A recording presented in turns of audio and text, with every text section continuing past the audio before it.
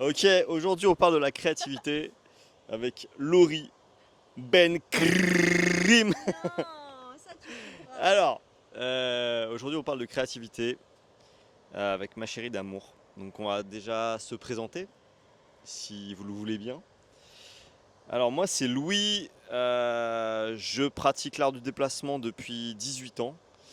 J'ai commencé par les arts martiaux, je suis actuellement performeur, artiste, je suis aussi coach.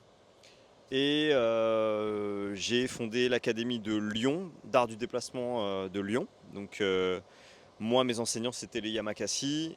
Donc je viens de la mouvance art du déplacement. Je représente l'art du déplacement dans ma manière de, de coacher en tout cas. Et je suis un touche à tout. Donc j'ai touché un peu à la danse contemporaine, hip-hop, break. J'ai fait de la capoeira également. Et voilà.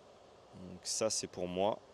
Et j'ai à cœur en ce moment de développer Duo Alchimique avec Laurie, ma compagne ici présente, et de mélanger danse, art du déplacement et, et d'avoir un message derrière le mouvement, c'est-à-dire d'apporter aussi matière à réflexion sur les rapports hommes-femmes et, et nous, artistes, dans la société. Voilà pour moi.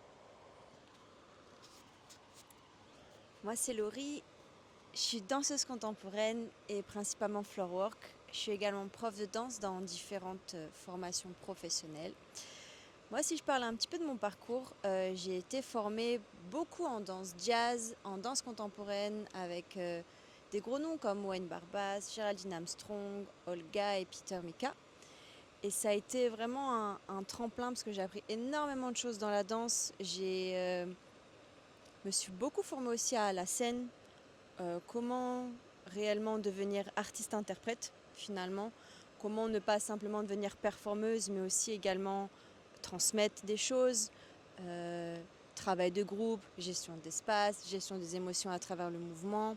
Ça m'a amené vraiment finalement à faire un petit tour à l'étranger en Espagne et c'est là où j'ai découvert le floor work et la danse contact et je me suis dit mais en fait il y a tout un autre monde dans la danse et du coup j'ai eu à cœur de ramener ça en France pour pouvoir le transmettre maintenant. Et je le transmets dans des formations professionnelles et je kiffe ça. Merci Laurie. Bah écoute, on parle de la créativité aujourd'hui. Ça fait un moment que je veux faire cette vidéo et je trouve ça trop bien de le faire avec toi, enfin qu'on le fasse ensemble parce que je trouve que dans ce qu'on est en train de développer ensemble, parce qu'on se connaît depuis à peu près un an, et Laurie je l'ai rencontrée en formation, c'était ma prof de danse contemporaine, J'ai pécho mon elle élève. a pécho son élève et c'est tant mieux parce que du coup ça nous a permis de vraiment se nourrir l'un l'autre artistiquement, humainement. Et moi, ça a vraiment donné, ça m'a ouvert des portes en fait. Euh, donc je me doutais déjà, mais de pouvoir le faire en vrai avec quelqu'un qui est vraiment intéressé par ce que tu fais, l'approche, tout ce que je développe avec ADD Danse, c'est-à-dire le mélange, la rencontre de la danse et de l'art du déplacement, et de le faire avec quelqu'un comme ça dans des entraînements, mais aussi d'en parler dans la vie de tous les jours parce qu'on est en couple, et ben c'est vraiment très précieux. Donc ça c'est trop bien. Et voilà, donc aujourd'hui on parle de la créativité. Alors déjà peut-être bah, tout simplement, on va faire simple, hein. Qu'est-ce que c'est pour toi la créativité? Comment tu la vis dans ton parcours, dans ta vie en général? Et qu'est-ce que ça t'évoque comme ça quand je dis simplement créativité, quoi? De mon expérience à moi, quand surtout en formation de danse, on nous demandait de créer des choses, genre des solos ou travail de groupe, et qu'il fallait sortir toute la panoplie de créativité que tu avais. Surtout moi, je partais d'une musique. Et cette musique-là me donnait genre une émotion, une couleur, une texture de mouvement, une gestuelle. Et en fait, c'était beaucoup, je me faisais énormément guider par le son, par la musique, parce que quand j'ai commencé la danse, j'avais 16 ans, j'étais très très en retard entre guillemets dans ce parcours, alors que déjà tout le monde avait déjà minimum 10 ans devant soi. Alors moi, j'avais que mon kiff en fait. Me dire, ok, qu'est-ce que la musique produit sur mon corps, quel genre de pas ça va, c'est quoi les conséquences de la musique sur mon corps. Je sais pas si je suis très claire, Ouais, si, si, très clair. mais en fait, c'était un peu mon atout à moi, vu que j'avais pas forcément de skills de vocabulaire, parce que j'étais en débutante totale. Du coup, c'était vraiment le flow au début. Ouais. Ok. Bah, c'est marrant parce que moi, tu vois, j'ai commencé par, comme tu sais, 11 ans d'arts martiaux. Ouais. Et du coup, j'ai commencé vraiment l'art du déplacement à 20 ans. Donc je me rappelle encore qu'à l'époque, les gens me disaient, mais c'est trop tard. Ma famille, ils me disait, c'est trop tard, t'as 20 ans, tu pourras pas faire carrière là-dedans. Tu te rends compte, les gens, ils commencent à 6 ans. Et ils disaient des dingueries, tu vois. Et moi, j'étais parti un peu en mode, ouais, c'est vrai, peut-être c'est un peu compliqué, mais bon, j'étais tellement passionné, j'avais tellement découvert un truc qui me faisait vibrer, qui me faisait kiffer, que bah, je suis allé quand même, quoi. Donc c'était un peu pareil, en fait. Je me suis retrouvé, je me rappelle, à Chambéry, à m'entraîner avec des jeunes qui avaient, putain, moi j'avais 20 ans, eux, ils avaient entre 15 et, ouais, entre 14 et 16, 17 ans, 16 ans, entre 14 et 16 ans, tu vois. Et il y en avait, ils étaient vraiment chauds. Il y en avait, ils étaient vraiment chauds. Big up à Mathieu Berthollet avec qui j'ai commencé et qui a été, entre guillemets, celui qui m'a aussi beaucoup montré les fondations, les bases, et il m'a montré en tout cas comment lui il avait commencé. Et du coup, très rapidement, j'ai développé euh, quelque chose qui s'apparenta de la créativité parce que j'avais pas les skills, j'avais pas les fondations. J'étais en retard. Je venais pas du tout de ce milieu-là. Tu vois, moi, je venais des arts martiaux, donc c'est côté très dur. Même si ça se nourrit aussi, parce que du coup, le côté martial, le côté discipline m'a beaucoup aidé. Il faut dire ce qui est. Et le côté aussi où j'étais habitué déjà à travailler mon physique, travailler le renforcement musculaire. Donc c'était quelque chose qui n'était pas nouveau pour moi. Mais du coup, ça m'a vite amené à, vu que j'avais une ligne claire, vu que j'étais un petit peu plus mature que les autres, un peu plus âgé, je savais ce que je voulais progresser. Et du coup, j'ai commencé à développer ce, qu'on, ce que certains disent de la créativité. Parce que les gens dans le milieu disaient, aimaient bien dire que j'étais assez créatif. Donc que moi, je ne me considérais pas particulièrement créatif.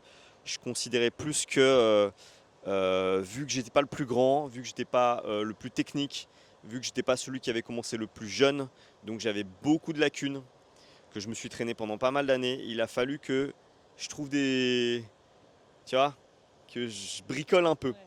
Et en bricolant, j'ai trouvé des trucs qui étaient plutôt cool. Et les gens réagissaient bien à ces trucs-là. Ils disaient, ah, mais c'est cool ton truc, c'est surprenant. Vu que j'avais pas été formaté, j'avais une certaine liberté, j'avais un certain un kiff avec le flow, comme tu disais. Donc voilà comment moi ça a commencé. Et puis j'avais pas peur de piocher. Vu que j'avais fait du hip-hop, un peu de break avant de commencer l'art de déplacement, j'avais pas peur d'aller chercher dans un truc un peu plus musical, dans un truc un peu plus surprenant, d'aller chercher d'autres trucs, de faire des spins sur le genou, de faire des glissades. Euh, et puis évidemment, hein, moi je me suis beaucoup inspiré, hein. On parle d'ADD Danse pour ceux qui me connaissent, mais voilà, je ne suis pas du tout le premier, je suis pas du tout, je ne considère pas être un inventeur. Donc il y avait des gens bien avant, hein. Moi je me suis beaucoup inspiré d'Oleg Vorslav, je me suis beaucoup inspiré des fondateurs Yamakasi, particulièrement William Bell, qui a été un des premiers, je pense, à mixer vraiment l'art du déplacement et la danse. Il a fait de la capoeira, il a fait beaucoup de choses, du Kalari Payat, mais je me suis aussi beaucoup inspiré de Tony Tisch. C'est important pour moi de le dire parce que de nos jours, on a tendance vraiment à dire ou à faire croire qu'on s'est fait tout seul. Et en fait, je pense que c'est un gros mythe et que ça n'existe pas. Personne ne se fait tout seul. Donc voilà. Et j'en suis arrivé là où j'en suis. Et voilà. Donc qu'est-ce que c'est la créativité? Finalement, on n'a pas vraiment répondu à la question.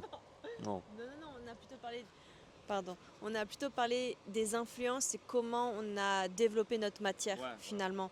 Mais toi comme moi, on a toujours été des électrons libres, j'ai ouais. l'impression. Et moi aussi, quand je suis arrivée en formation de danse, moi, je m'ennuyais de ouf en fait. Parce que c'était pas assez technique, j'en avais marre de pointer mes pieds, j'en avais marre d'être belle, clairement, parce qu'on nous demande trop d'être belle et j'en avais marre d'être belle. Donc en fait, j'ai été vachement dans les influences des américaines. C'est genre Ouais. tout ce qui est Sophia Lucia, Autumn Miller, les femmes qui envoient du lourd sur scène avec des accros de fou malade. Et moi, c'était ça qui m'intéressait. Et en fait, quand j'ai commencé à amener à ma sauce ce genre de choses, des choses un peu, comme on dit, déstructurées, tu vois, au début, parce que j'arrivais pas sur mes pieds, on me disait non, c'est pas ça. Ça, c'est pas la danse. Trouve autre chose. Non, non, non. Et j'arrivais pas parce que c'était moi, j'aimais être performante, j'aimais lier déjà le haut, le bas, alors que le floor work n'existait pas encore à l'époque.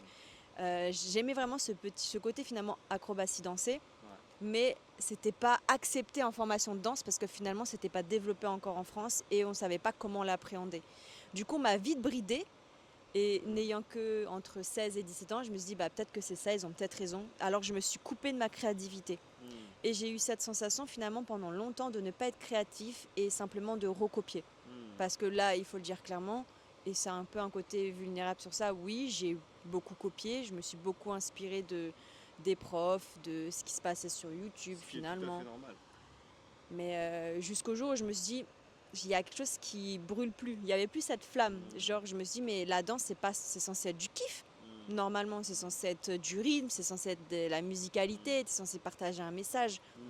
Donc, bah, va voir ailleurs. Alors, j'ai été voir à l'étranger. Damn, bro. Là, on est sur des vrais bails. Attends, si tu permets que je réagisse sur ça, chérie. Oui, avec ton corps de rêve. C'est pas un corps de rêve, c'est un corps créatif. Ouais, non, c'est trop intéressant ce que tu dis. Et même moi, j'ai vécu la même chose. C'est-à-dire que par exemple, quand j'ai commencé. Alors, j'ai pas commencé par l'art du déplacement, j'ai commencé par le parcours, je me rappelle, à Chambéry. Et il y avait un côté, là, c'était très libre. Même si les jeunes, ils étaient conscients qu'il y avait quand même des fondations. Hein, on apprenait le saut de chat, on apprenait le saut de fond. Je me rappelle, il y a certains jeunes dont les leaders, hein, comme Mathieu, ils disaient ouais, c'est important d'avoir la roulade, tu vois, il fallait quand même avoir les bases. Ils avaient déjà cette conscience de ok, bon, c'est bien d'apprendre une vrille, mais c'est peut-être bien d'avoir déjà backflip avant ou déjà d'avoir salto avant. Mais il y avait un côté très libre parce que c'était free run parcours, donc il n'y avait pas vraiment de personnes de personnes plus âgées ou de fondateurs de la pratique qui drivaient le mouvement et qui donnaient des conseils. Ils étaient un peu livrés à eux-mêmes, ils faisaient avec ce qu'ils voyaient sur les vidéos, sur YouTube, etc. Et du coup, il y avait un côté très euh, viscéral, très animal, très on teste, on verra, tu vois. Et c'était cool. Moi, j'ai kiffé. C'était les 2 premières années. Après, je suis arrivé à Bordeaux. Et là, j'ai rencontré vraiment l'art du déplacement de Bordeaux avec Sébastien Lowe. Et je me rappelle qu'il y avait ce côté très. Le premier jour où je les ai rencontrés, déjà, j'étais arrivé avec des chaussures spéciales pour le parcours. Je sais plus c'était quoi. Des filles, je suis sûre. Non, non, non, c'était après les Fayou.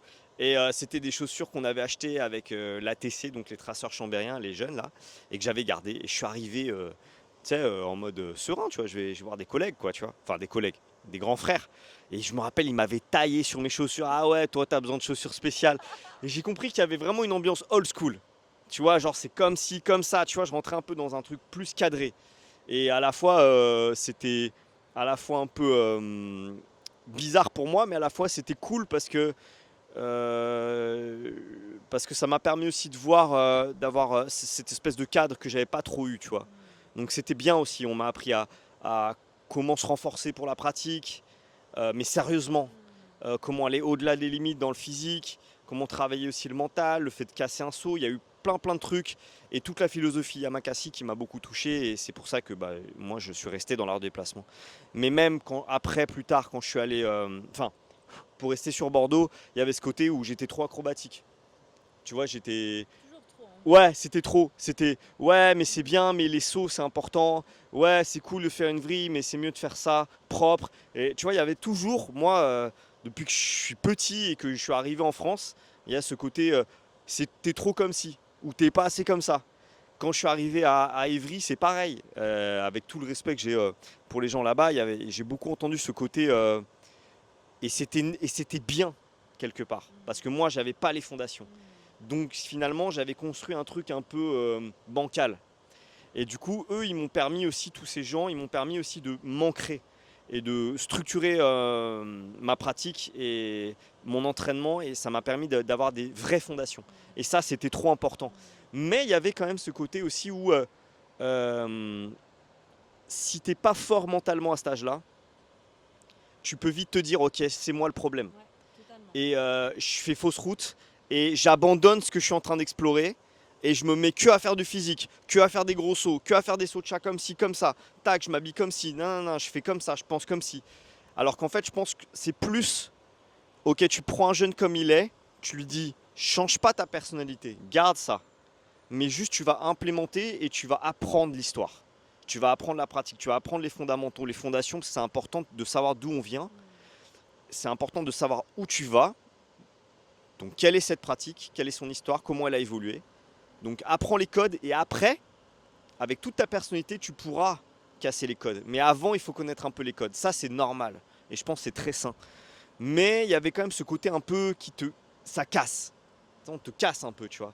Moi, je me rappelle, on me disait, ouais, c'est cool, mais toi, ce que tu fais, c'est des gris-gris. Tu vois, en langage Yamakasi, c'est tu fais des trucs pas très sérieux. Tu spins sur un truc, tu roules sur l'épaule, tu fais un truc, tu fais une petite vrille par-ci, tu fais un petit salto par-là, t'arrives sur la tête, non, non, non. Mais on me parlait de sauts de caractère. Tu vois, les gros sauts, les trucs sérieux, quoi. C'est comme s'il y avait des trucs sérieux, toi, tu fais des trucs de gamin. Et avec le recul, j'ai compris ce qu'il voulait dire par là. Et c'est vrai que il y a ce côté guerrier dans l'art du déplacement qui, à un moment donné, c'est bien d'être créatif, mais il faut aussi maîtriser les gammes. Et il faut que cette pratique, elle t'aide dans ta vie. Et c'est vrai que c'est pas en spinant sur un genou que tu vas vraiment travailler, entre guillemets, ton caractère, ta force de caractère, ton mental, le fait d'être résilient dans la vie. Mais en tout cas, voilà, j'ai essayé de ne pas perdre le lien avec ma créativité, avec qui je suis. Et c'est ce qui fait que je pense qu'aujourd'hui, il y a des gens qui disent que je suis créatif. C'est parce que je pense pas être particulièrement créatif. Je pense que c'est surtout des gens qui perdent le lien avec cette créativité. Qui perdent le lien avec eux-mêmes. Avec ce kiff dont tu parlais, avec cet amour de s'exprimer, d'assumer qui on est, de s'aimer quelque part. Et je vois plus ça comme ça. Mais il y a un truc hyper important que tu disais quand tu disais tout à l'heure, si t'as pas le mental pour, tu penses vite que c'est toi le problème. Et je trouve que quand tu te quand tu es formé en côté institution, vraiment école, avec un diplôme à la fin, Là, c'est encore pire. bah en fait, on te dit tu es libre, danse comme tu veux, mais c'est pas la vérité. Là, je pense que je vais peut-être me faire lyncher, mais c'est vraiment profondément ce que je pense, parce que si on prenait, je pense qu'aujourd'hui ça change. Au contraire, ça change vraiment aujourd'hui. Mais si on prenait juste chaque élève avec les couleurs, l'identité artistique, bah en fait, t'en aurais plein qui continueraient et ils seraient tous intermittents. On serait tous intermittents. Je sais que sur ma promo, quand j'étais à Paris, parce que j'ai une école en particulier, on est peut-être 2 à être intermittents sur 30 élèves. Parce qu'en fait, on nous laisse pas être réellement et dire réellement ce qu'on veut. C'est, t'es en école, tu dois suivre ce qu'on te dit. Alors qu'on te dit, oui, il faut créer ci, il faut créer ça, mais dès que tu crées, que tu mets quelque chose d'un peu différent, vu que t'es pas compris, tu parles pas le même langage qu'eux, je pense que ça leur fait peur aussi.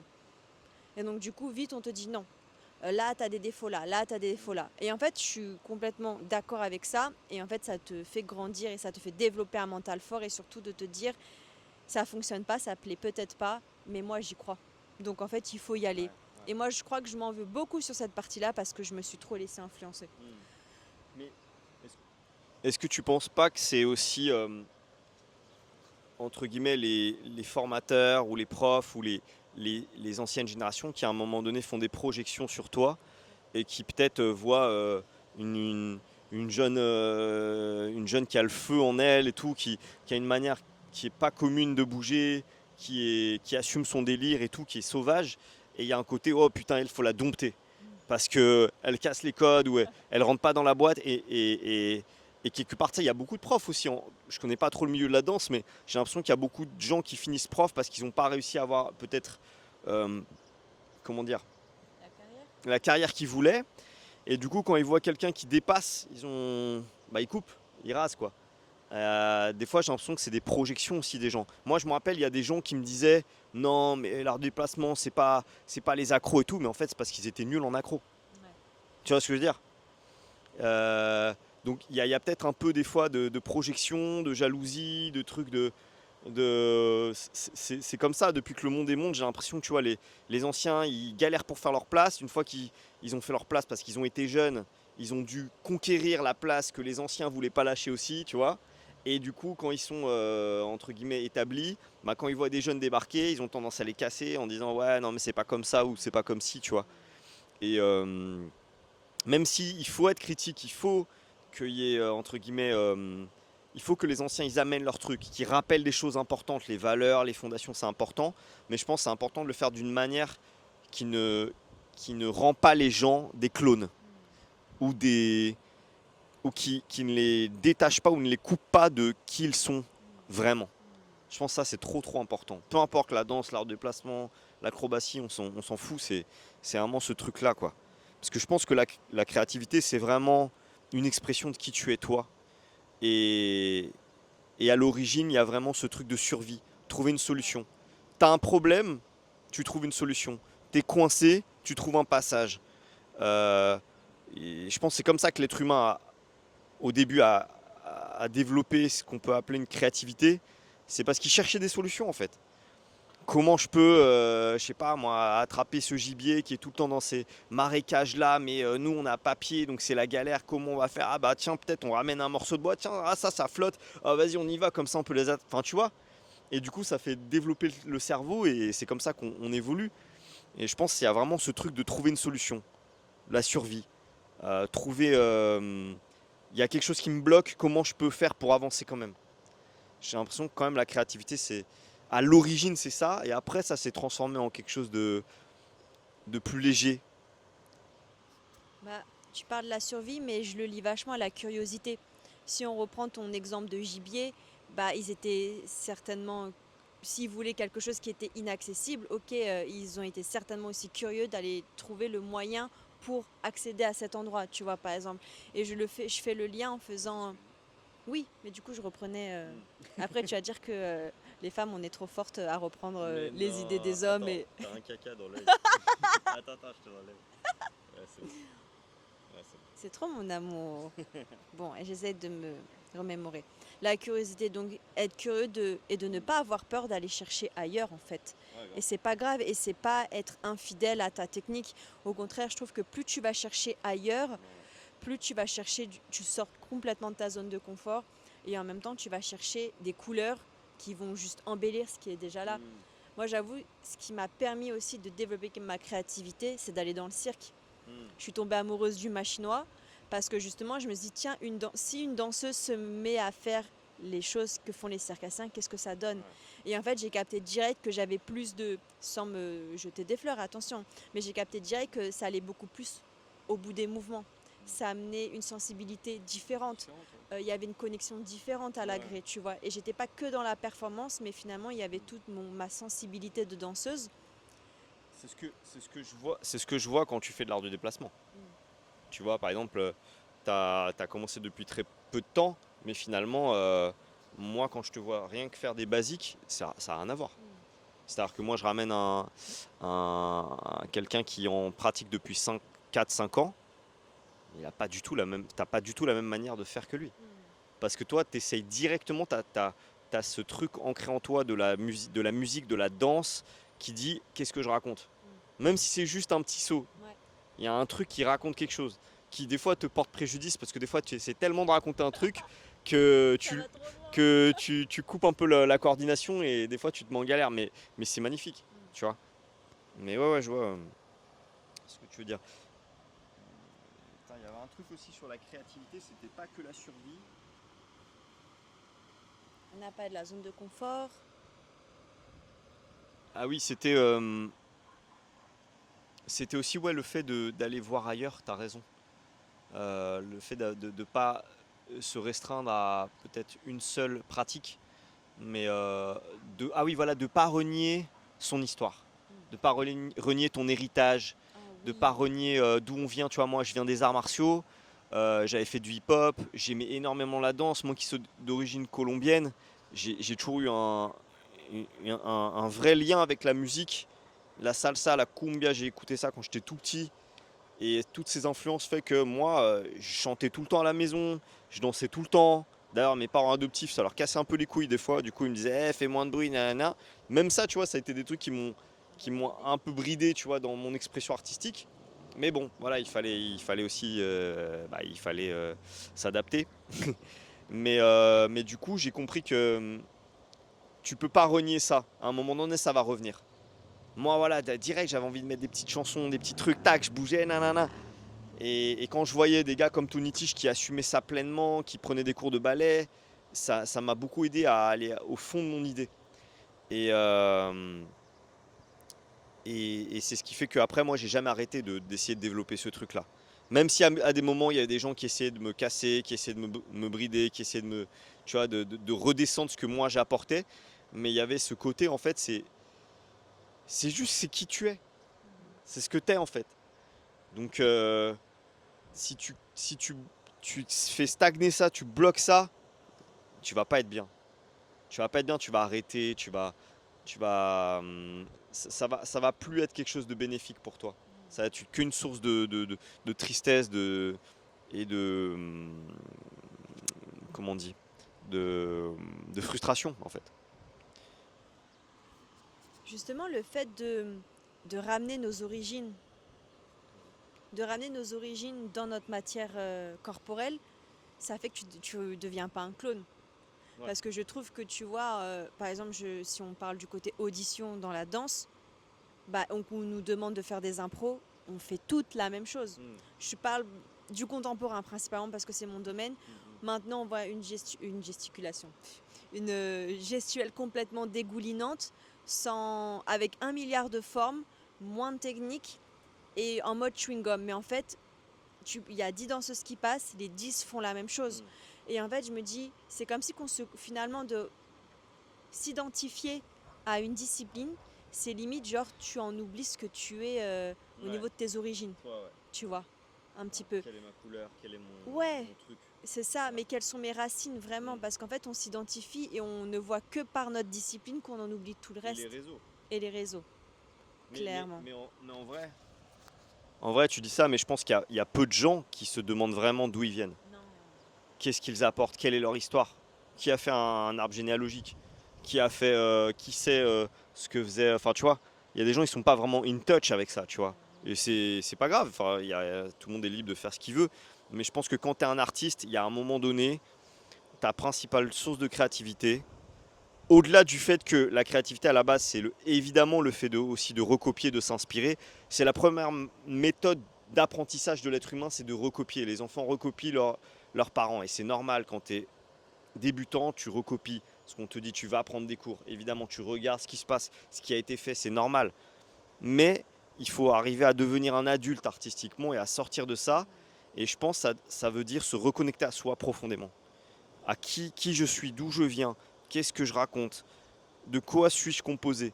Et ça, je pense qu'il n'y a pas beaucoup de gens qui se posent cette question, mais je pense que c'est une responsabilité d'un artiste. Un artiste doit faire ça. C'est ça qui fait la différence avec un performeur. Un performeur, il peut recopier, prendre tel skills, A plus B, comme la PlayStation. Tu vois, il va recopier une équation, et bim, il la met, et s'il la fait bien, ça va. C'est ce qu'on lui demande, on lui demande de performer. Mais je pense que quand tu es artiste, il y a un moment donné, il faut que tu amènes quelque chose de nouveau. Et ce truc de nouveau, sur la planète Terre, c'est toi-même. C'est toi-même que tu amènes. Tu n'amènes rien d'autre que toi-même. Avec des influences, avec des histoires, avec des rencontres. Mais à un moment donné, il faut se ramener soi-même. Moi, à un moment donné, j'étais beaucoup inspiré, mais j'ai compris, ok, c'est pas suffisant.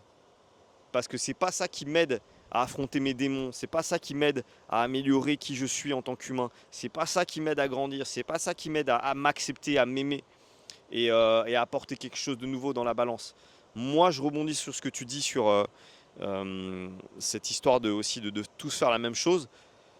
Je sais qu'à une époque, j'en avais déjà parlé de ça il y a quelques années, et je me rappelle, il y avait un gars, il avait dit que c'était un peu rabat-joie comme vision.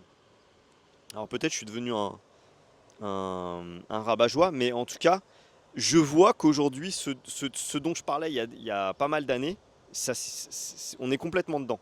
C'est-à-dire qu'il y a à la fois de plus en plus de performeurs, de plus en plus de, de personnes qui pratiquent. Il y a de plus en plus de contacts, de plus en plus de gens qui se voient avec les réseaux. Tout le monde se voit. Tu peux voir un Pakistanais et son style, tu peux voir un Chinois et son style, tu peux voir un Anglais et son style. Et donc il y a une espèce de melting pot de styles, d'influences, de trucs.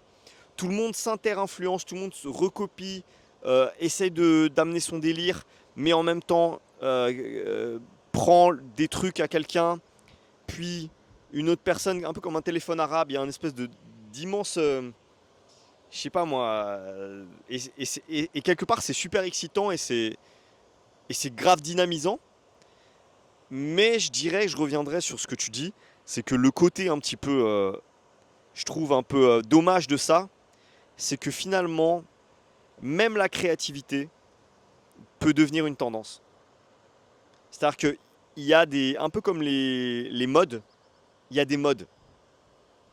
Et j'ai l'impression qu'avant, il y avait la mode, il y avait un style espagnol, il y avait un style portugais, il y a eu un style russe, il y a eu un style très acrobatique, il y avait le style très flowy, il y avait le style vraiment que grosso. Et des fois, il y en avait, ils mélangeaient tout ça. Mais maintenant, j'ai l'impression que même le fait d'être créatif, c'est devenu un style aujourd'hui. C'est-à-dire que même la créativité s'est fait formater, elle s'est fait pas par tout le monde, hein, parce qu'il y aura toujours un Gus qui va arriver, qui va tout casser, qui va casser les codes. Et ça, c'est cool. Mais même, tu vois, il y a quelqu'un qui va amener un côté très, comme tu dis, dégoulinant, parce qu'il a vu ça dans de la danse contemporaine. Il a capté qu'en danse contemporaine, ça relâche beaucoup la tête comme ça. Tu vois, des trucs comme ça. Et du coup, il va commencer à ramener des trucs un peu comme ça. Et les gens qui ne connaissent rien, parce que bah ils connaissent pas la danse, ils vont se dire waouh, c'est nouveau. Et du coup, ils vont se mettre à faire exactement la même chose. Et du coup, tu vas avoir 1, 2, 10, 30, 50, 300, 3000 performeurs sur internet qui vont faire exactement la même gestuelle. Comme ça. Finir comme ça. Attends, peut-être qu'on t'entend pas trop. Non, non, si, on m'entend. Ok, ok. Et, et ouais, et du coup, c'est dommage parce que du coup, tu te dis, finalement, même ça, c'est devenu un moyen de générer des vues, des likes. Parce que vu que ça marche pour lui, tu te dis, ça va marcher pour moi. Et du coup, au lieu de creuser ton truc, de développer ta matière, tu vas choisir la facilité en te disant, ah vas-y, je vais prendre ce délire. Je vais reprendre ce concept. Même moi, hein, dans les gens que je connais, hein. Oh, lui, il a filmé par au-dessus et avec tel gestuelle, donc vas-y, je vais refaire la même chose. Ah, lui, il se transforme en corbeau, je vais refaire la même chose. Oh, lui, il fait cette gestu-là. Ah ouais, lui, il utilise les escaliers comme ça, vas-y, je vais refaire. Et t'en as les skillaz, les gars du tricking, qui étaient les premiers à vraiment chorégraphier du tricking, les arts martiaux artistiques, mais ils se sont fait pomper à un niveau. C'est-à-dire que maintenant, il y a même des jeunes, je pense, qui savent même pas que cette manière de faire vient d'eux, tu vois. Ouais. Donc, c'est pas pour dire que c'est pas bien, c'est juste pour dire que je pense que c'est important de se questionner sur ça et de peut-être passer par là, mais de grandir et d'arriver à essayer de se connecter à soi-même et de comprendre qu'à un moment donné, en tout cas moi ça a marché pour moi, parce que moi je me rappelle que quand les gens allaient là-bas, j'avais tendance à aller là-bas, et quand tout le monde commençait à faire le même mouvement, il y avait un truc qui profondément moi j'avais le besoin de faire différemment. J'avais besoin de me sentir différent, de me sentir unique de par mon histoire, de par mes origines, et du coup j'avais tendance à essayer de faire différemment. Et bon, moi, je me suis fait pomper, mais enfin, c'est l'autoroute et c'est. Aujourd'hui. Ouais, ça fait partie du jeu, tu vois. Même toi, tu le vois sur les réseaux, mais c'est pas grave. C'est juste que là où moi je respecte beaucoup certaines personnes, c'est le monde du hip-hop et la culture hip-hop, la culture originelle du hip-hop, hein. Je pense que leur déplacement, c'est un petit enfant, c'est un, c'est un descendant du hip-hop. Donc, hip-hop, je le vois comme un grand-père qui est assez sage, qui disait non mais il faut être original, il faut être soi-même, keep it real, tu vois. Il y avait ce truc de frère, si tu fais exactement la même chose, si t'as pas ramené ta touch, c'est du pompage. Et nous, vu que le hip-hop c'était un truc qui veut questionner le système, qui veut questionner le fait d'être des clones, le fait d'être des robots, et ben c'était trop important qu'ils arrivent et qu'ils disent ça. Et je trouve qu'on a perdu un peu ce truc-là. Maintenant, il y a une décomplexification. On est complètement décomplexé de s'entrepomper tous les uns les autres. J'ai l'impression qu'artistiquement, on est tous devenus un peu des consanguins. Et, et, Et c'est dommage. Mais il y a encore évidemment plein de gens qui sont super créatifs. Techniquement, il y a des jeunes qui amènent des trucs de malades mentaux. C'est vraiment incroyable à voir. Mais voilà, je pense que c'est important de questionner ça quand on parle de créativité en tout cas. J'ai trop parlé, désolé. Et du coup, comment on la cultive, cette créativité, quand on se noie dans toute cette créativité cosmopolite qui existe Ouais. finalement? Comme tu disais, finalement, quand tu sens, parce qu'à un moment donné, on s'est sentis tous perdus à travers, parce que les réseaux sociaux aujourd'hui font énormément, Ouais. on se compare énormément les uns les autres, et en fait, on se rend même plus compte que finalement, quelque chose de simple peut être totalement créatif, que la personne qui va sortir un des derniers gros sauts ou, ou, euh, ou une vidéo filmée tel ou tel angle, tu vois. En fait, j'ai l'impression que maintenant, on complexifie tellement parce qu'il y a eu tellement de choses qu'on oublie de revenir juste à l'essentiel de pourquoi on a commencé, de pour comment notre créativité est sortie spontanément, comme les enfants. Les enfants, tu te rappelles, je ne sais pas si tu te rappelles, quand tu jouais avec tes potes, on se racontait un milliard d'histoires. On était créatifs sans se poser la question, finalement. Et parce que personnellement, moi, à un moment donné, je me suis sentie complètement perdue et noyée dans tout ça. Alors je me suis dit, ok, va dans un endroit complètement neutre, il n'y a pas de téléphone, il n'y a rien, et juste tu kiffes avec ton environnement.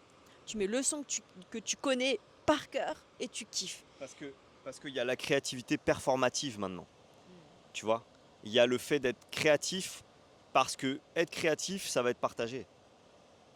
Tu vois, Les vues. en fait, c'est de vouloir surprendre parce que ça va créer quelque chose. Alors que quand tu te connectes avec toi et que tu es seul et que tu enlèves le portable, tu enlèves la caméra, tu te connectes à ce que toi t'as apporté, tu fais le vide en fait. Le silence, t'as pas peur du silence, tu te plonges dedans, mais en fait ça te nourrit. Un peu comme quand on se repose, comme quand on dort, comme quand on s'endort. Toutes les nuits on dort. Si tu dors pas au bout d'un moment, il y a un problème. Et ben c'est là que tu te ressources. C'est dans ce silence, c'est dans cette espèce de point zéro, comme si t'étais dans le ventre de ta mère, comme si t'étais au fond de l'océan, et qu'il y a un truc qui bouge plus comme ça. Mais c'est dans ce point-là que des fois, tu peux sortir un truc que tu n'avais jamais pensé et que tu savais pas que tu pouvais penser, parce que j'ai l'impression que tu te reconnectes à la source à cet endroit-là.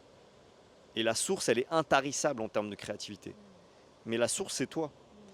Donc je pense que tu as raison, c'est trop important des fois de débrancher. Les gens qui me demandent comment tu es créatif, débranche. Oui, inspire-toi, va voir du patin à glace, va avoir de la danse, va avoir du machin, va avoir du machinois, tout ce que tu veux. Va avoir d'autres cultures, va avoir d'autres musiques, va avoir d'autres trucs, d'autres gens. Rencontre d'autres gens, mais des fois aussi, juste sois seul, face à toi-même. Et là, tu vas développer ton style.